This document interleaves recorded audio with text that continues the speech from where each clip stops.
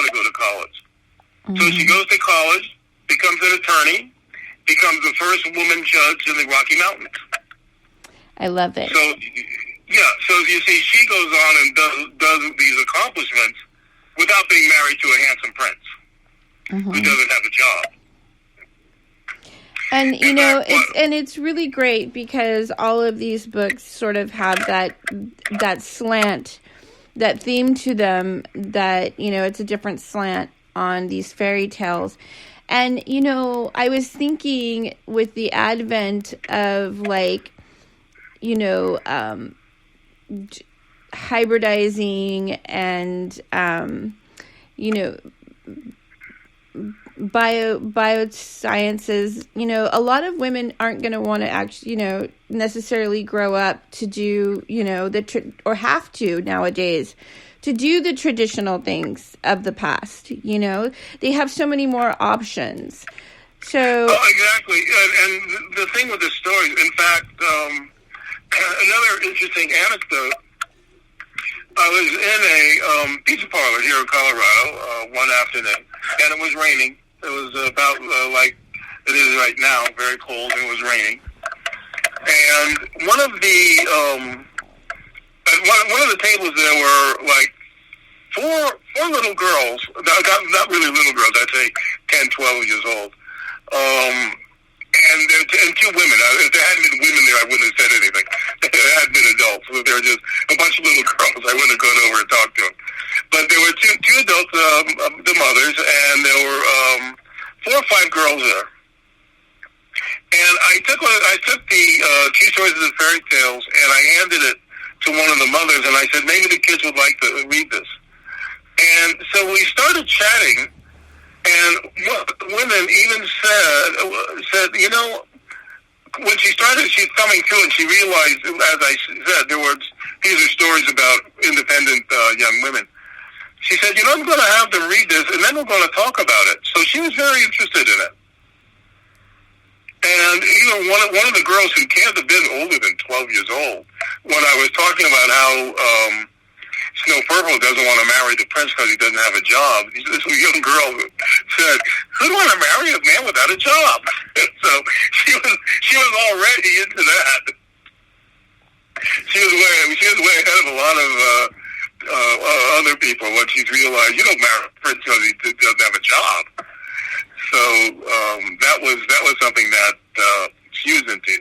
And I would like to mention. One of the things I did mention, sorry about that. In Southern California, I was a nightclub promoter.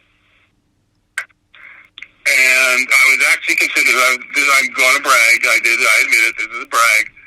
I was actually considered to be the best in the business. And the only reason I even found out, pardon me, hope I don't give you any germs over the phone. The only reason I found out was because someone else offered me a job. And he told him, the guy who was offering me the job, if you've seen Thelma and Louise, the scene where they're in the bar was called The Silver Bullet. It was actually located in Long Beach, California. And the fellow who bought it said that he asked several people, I want the best promoter in the business. And apparently he told me, everybody said Al Jacobson. So what was the name of your nightclub? I'm sorry, one more time. What was the name of your nightclub? The nightclub? Yeah.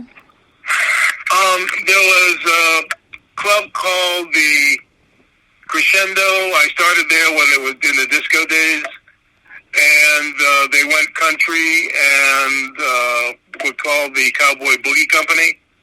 And I didn't do too much work with that other than maybe to a few chili cook-offs. And then another club was a comedy club called Crackers. I worked there for about 5 years.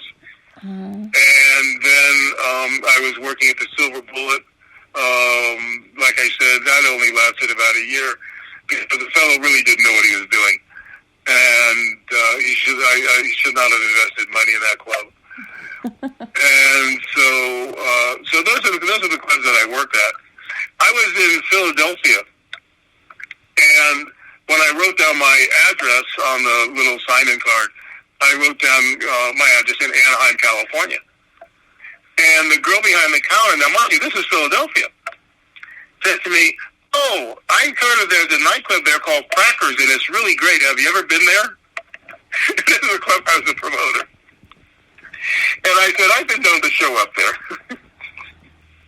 Well, I grew up there, so I was just curious because I grew up in Los Angeles. Well, I wanted to talk to you. I wanted to actually talk to you about. I want to inspire young girls, with orchids because Darwin loved orchids because they're the only flower that you can hybridize, and mix with other orchids and in some cases other flowers like pansies. I think there's like a species called Militonia, but they're one of the fastest evolving flowers on the planet, and there's over 10,000 species of them. And I never knew that. Yeah, and they look a lot like fairies, some of them. Well, I told you I lived in San Antonio for about a year, and I really loved it. In fact, I very much loved San Antonio. And at the time, several times, I tried to grow orchids because the apartment, I was on a ground floor apartment, and it had a little fenced-in area where you could plant things. And I tried a couple of times to plant orchids, and I couldn't get them to grow. Well, a lot of them they're air plants or they're epiphytic. Some of them I think are epiphytic, but, in their natural habitat. We put them in pots. So, but if you go onto my my blog on Facebook, Awesome Blossoms, or I have all this amazing photography of orchids, a collection, and then I also share a lot of other people's photography and award-winning orchids from the American Orchid Society. Gee, but a lot of them look fantastic. And a lot of them look like fairies, Al. They look like what? Fairies. Oh, no, I'm aware of that. Yeah. Yes. So I was hoping maybe you'd get inspired. Yeah, I might. I'm thinking that this summer I might start planting. I have a very large backyard. When I bought the house I'm in, before I even bought the house, I knew I was going to buy a big dog. I wanted a black German Shepherd. And so I was looking for a house, and a lot of your pardon me, a lot of your newer houses these days have very small yards. It might have a house that's, say maybe 1,500 square feet, but the backyard, is very small. And I wanted the dog, and I also figured I'd get two dogs in the end, be able to run around. And so we're looking at this house. This house was a shambles, I think, literally. It was a shambles. It was, it could have gotten, I probably could have gotten a federal disaster loan when I bought it. And so I walked in here with a real estate agent, and we're looking at the house, and I mean, there was a carpet in one room that had actually, whoever put it down there, didn't even try to put it down like a carpet. They used a staple gun, and they stapled the carpet to the floor. And all the floors had to be either had linoleum or carpeting or something put on. They were really bad. And they had put paneling in the living room, which covered the windows. So with all this going on, I'm walking through it with the real estate agent, and there was no sink in the kitchen. So all that had been gone. And we've opened the back door, and I take a look, and it looked humongous. The backyard is just absolutely massive. And in fact, there's more square footage in the backyard than in the house. In fact, it's probably at least twice as much. And I turned to her and said, I'll take it. Awesome. Yeah, that was it. I mean, as soon as I saw that yard, I thought, oh, great. Yeah. If I'm going to have two big dogs, this is where they're going to want to play. So I've got a nice big yard, but I've not been able to really get anything to grow back there. I haven't really tried that hard. I planted grass, I think, 3 times. Well, there's some great, if you want to start, you can buy refurbished greenhouses, and there's some great horticulture groups on Facebook you can join, and they'll teach you like the seasonal, basic gardening, but it's kind of interesting. But anyways, I'm going to go ahead and wrap this up pretty soon because we're at the bottom of the hour. But is there, you want to share with people how they can find your books, where they can find them, and they're under Alex Jacobson? The publisher's own website is Trafford, Trafford, and they're easily found on the internet. And they're more likely to find, if they put in Adventure of the Fairies, because I tried it myself, I come up with a dozen fairy books. If they put in my name, it'll come right up. If they put in Alex Jacobson. But yeah, it's also available Alex, on Amazon. not Al. If someone wants to, and they're both the same price. So they're not going to save money on either one. And so they can do that. Any people who know me on Facebook can order the book from me, and I can get it for a little less.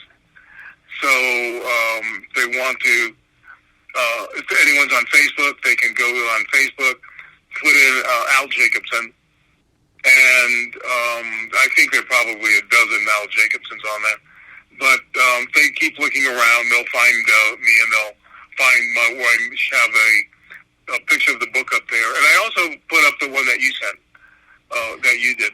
So they can find me. They can find me like that, and I will get. And if they send me a private message, I'll send them a book for less money than they'd get it for online. That's so nice of you, Al. It's been so nice talking to you. I really enjoyed being able to talk to you again. Yeah, it's been a while, huh? I'll try to call in whenever you have someone on that I disagree with. Okay, great. It's a deal. All right. Go ahead. You can stand by, or I'll call you back after I conclude the show. Everyone, thank you so much for tuning in. I've also started a website on Facebook. It's a group for our preferred guests, and it will have links providing their books, guest authors, and product providers, things of that nature. It's Porthole to Justice Featured Guest Promotions. That's the name of the blog. And I'm I'll look to see. Now, are you selling the orchids or the seeds or planting or anything, or the bulbs? I am on the actual website. You can go to Andy's Orchids. If you go to my website, there's a section there. It's on orchidfreak.com, and there's a section to buy live orchids, and they'll ship them to your home. It's called Andy's Orchids. All right, I think I'm going to take a look at that. And does it have any? Excuse me. Does it have any information for any of the different orchids as to what kind of climates they would be good in, so I can figure what might grow here in Colorado? Yes, they do, and especially on the Facebook groups. Andy's Orchids has all types of resources for orchids and the preferred climate, what might grow well in your region. There's a species of orchid for every region around the world. So there's a lot of really cool plants. So I encourage you to check it out. Can they survive through the winter? In Colorado, we'll get temperatures sometimes below zero. Will the orchids survive in that to come back again in the spring? Some of them, they